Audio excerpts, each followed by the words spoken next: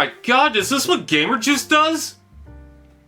Or is it steroids? When Studio Series expanded the line outside of the film characters, they launched the Gamer Edition sub-series and started with designs from the High Moon Studios video game Transformers War for Cybertron, not to be confused with the Netflix barf. On the dying world of Cybertron driven into darkness by an evil infection inflicted by Megatron, Optimus had to take charge. In his actions, it became clear that he was worthy as the last Prime. Special thanks to Transformer Brett for sending this. Someone said Optimus transforms into the Resident Evil tank, and I see it. This form always just scratched the itch of being a truck with 6 main wheels, large exhaust, almost a bed, and windows. But it's very alien and shows what potential Siege really had. It feels heavy duty, but built for speed like an alternate and unworldly progression of a truck. I love the larger wheels up front, each with the red line around the silver rims, the body that splits from red to blue, the smooth shape like a fist, and the large wide bumper. I'm not sure how I feel about the windows back there, they just don't line up, but this is such an icon to the game.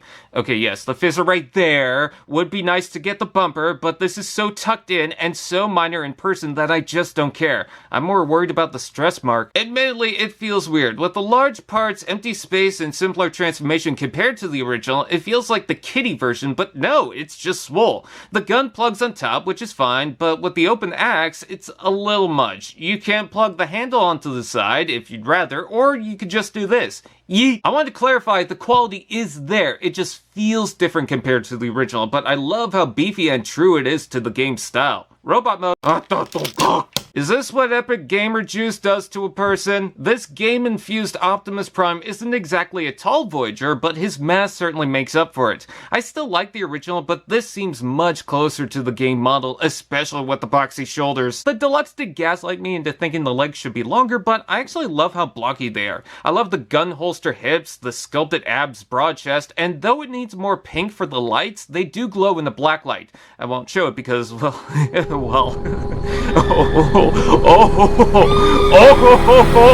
I spelled hot sauce and I'm embarrassed. I do miss the sculpted Autobot logo on the back. He is missing the parts that sit beside the head on the shoulders, but otherwise, that's a perfectly crisp head sculpt. I love the silver paint and the fact the mask doesn't look weirdly long like the game. That's the one inaccuracy I'm here for. Did someone say, bulge at the head, shoulders out and in, forward to back, rotation below, elbow bend, wrist rotation, waist rotation, hips out and in, forward to back, rotation below, knee bend, foot tilt, and backwards joint. Posability is pretty good for a dense Prime voted by politics, although at some point, most of the joints get loose. It's weird because they also tighten up if you turn them.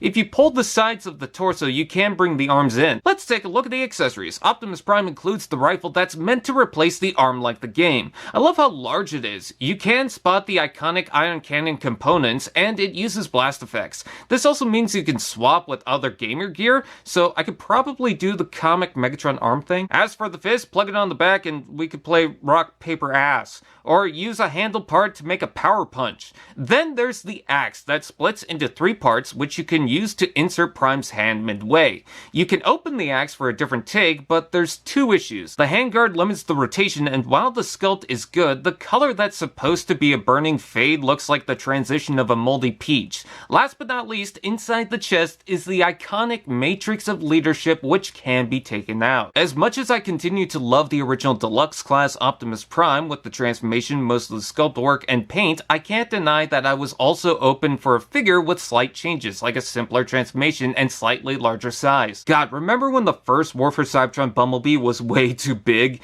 Anyways, the weapons have a few flaws, but he comes with a lot. I love the heft, and I smile at the fact we got to see this design revived again. Special thanks to Transformers Brett for sending this. This is still not convincing me to drink Prime.